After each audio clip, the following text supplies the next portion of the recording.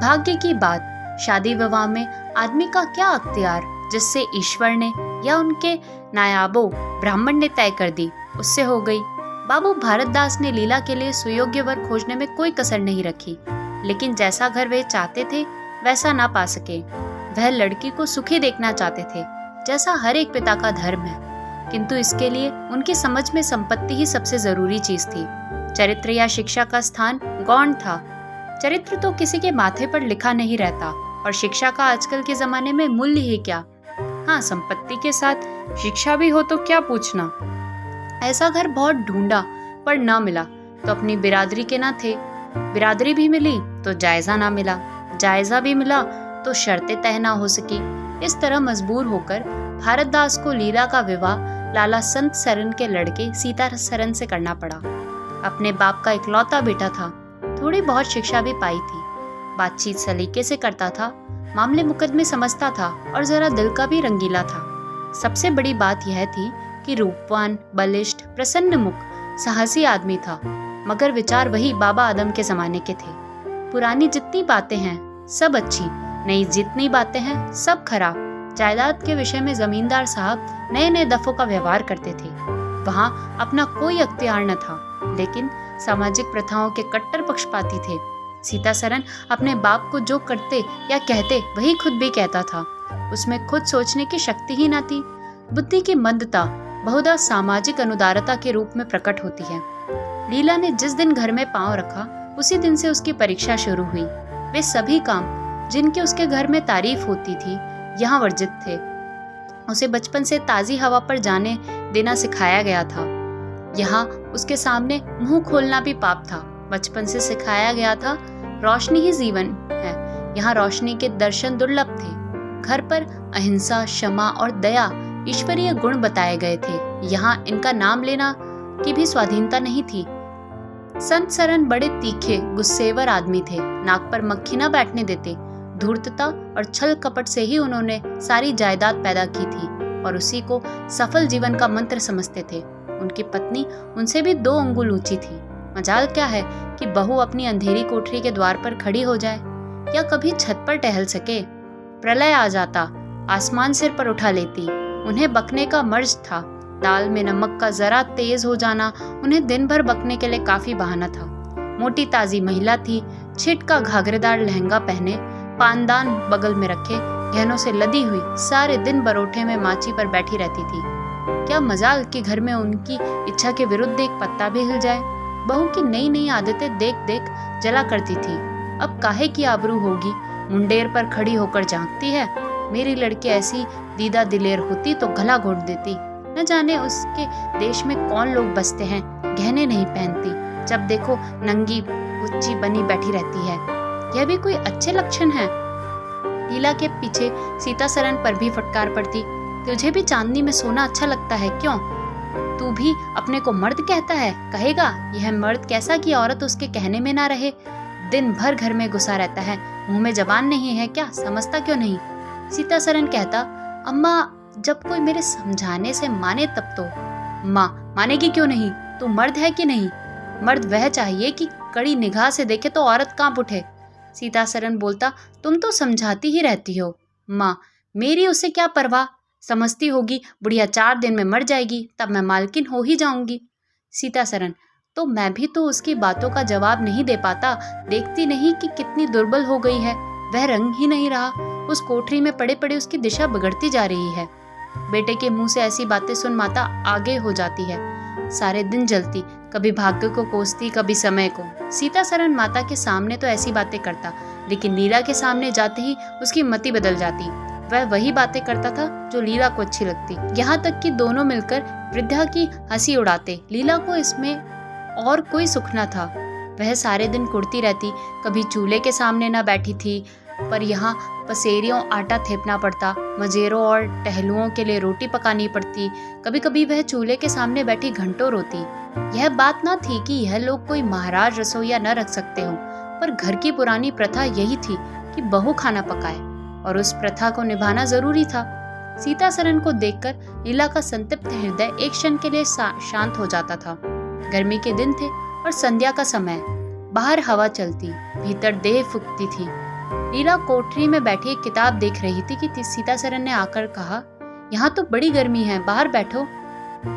लीला, यह गर्मी तो उन तानों से अच्छी है जो अभी सुनने पड़ेंगे। सीतासरन, आज अगर बोली तो मैं भी बिगड़ जाऊंगा। लीला, तब तो मेरा घर में रहना भी मुश्किल हो जाएगा। सीतासरन बोला, बला से अलग ही रहेंगे। लीला बोली, मैं मर भी जाऊं तो भी अलग रहूं। वह जो कुछ कहती सुनती है, अपनी समझ से मेरे भले के लिए ही कहती सुनती है। उन्हें मुझसे कोई दुश्मनी थोड़े ही है।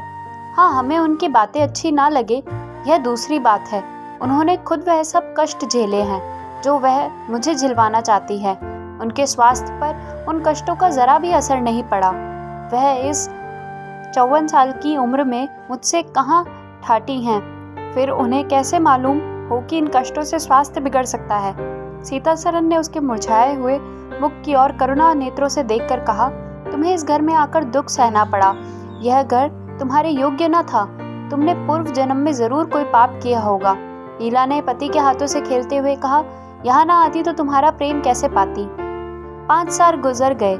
लीला 2 बच्चों की माँ हो गई। एक लड़का था, दूसरी लड़की।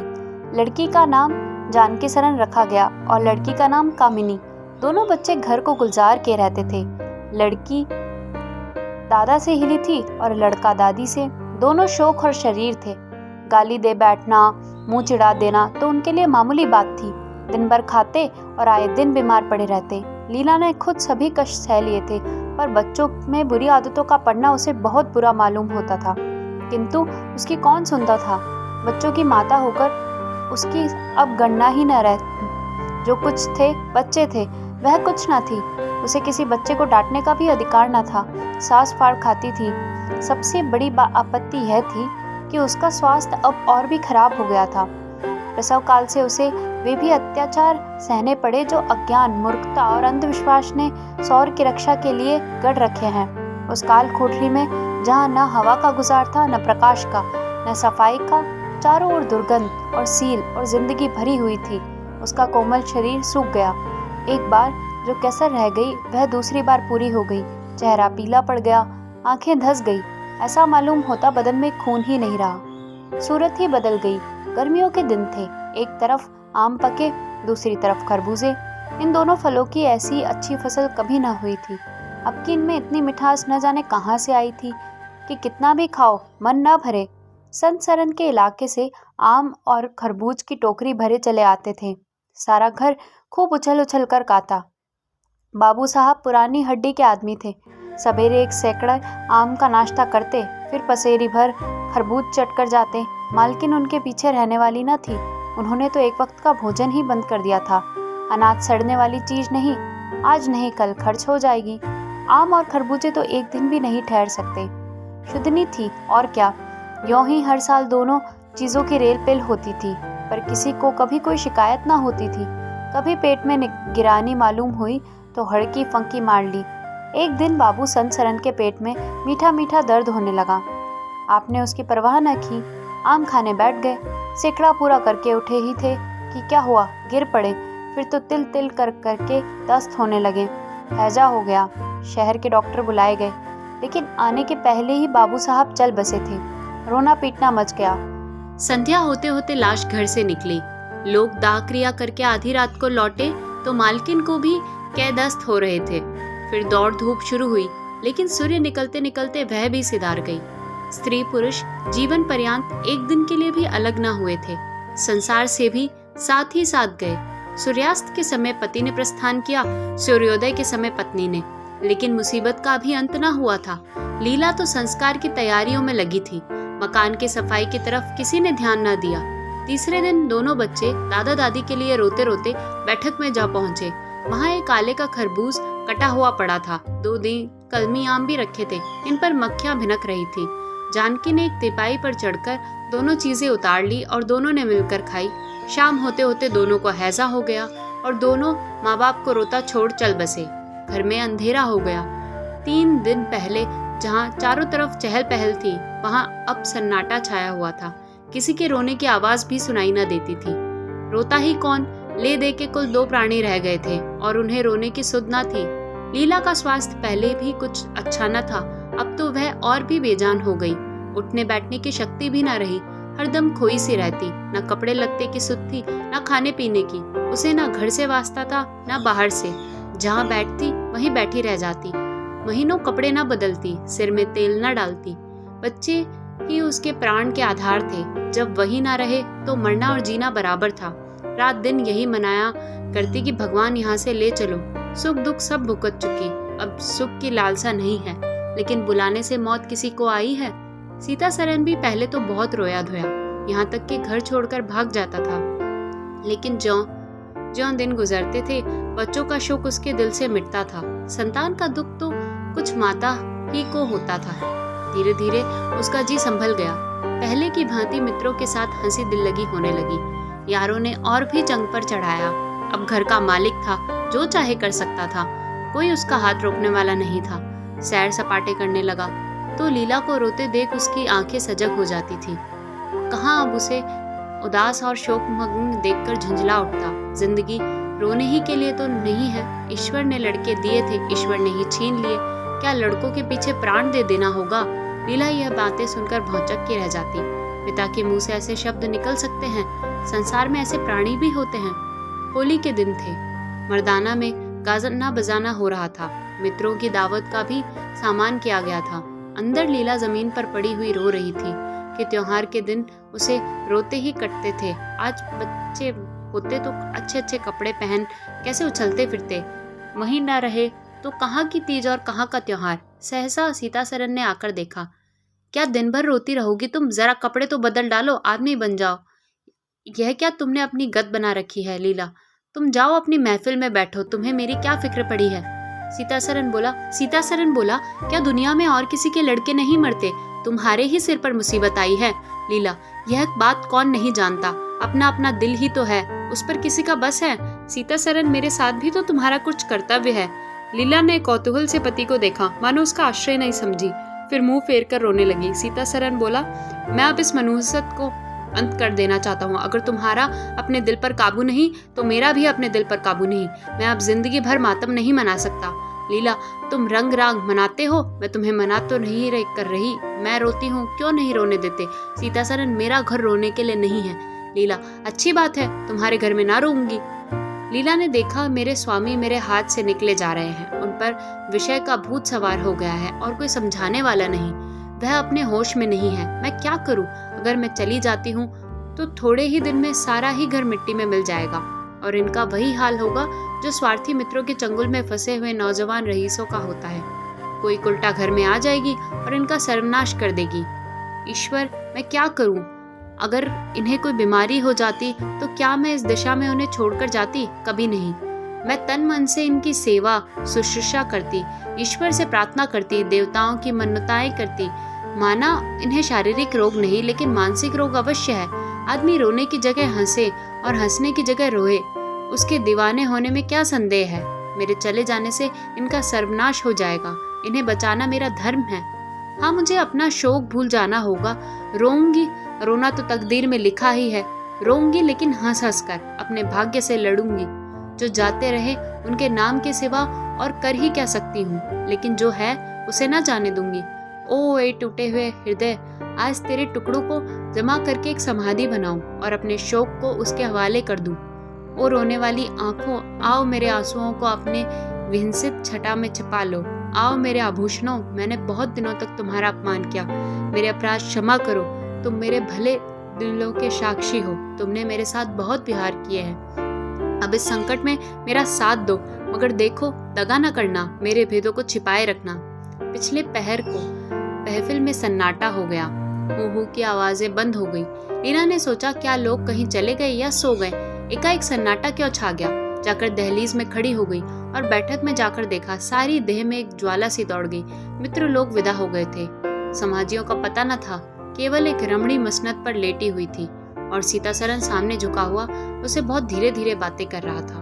दोनों के चेहरे और आंखों से उनके मन के भाव साफ झलक रहे थे। एक ही आंखों में अनुराग था, दूसरे की आंखों में कटाक्ष।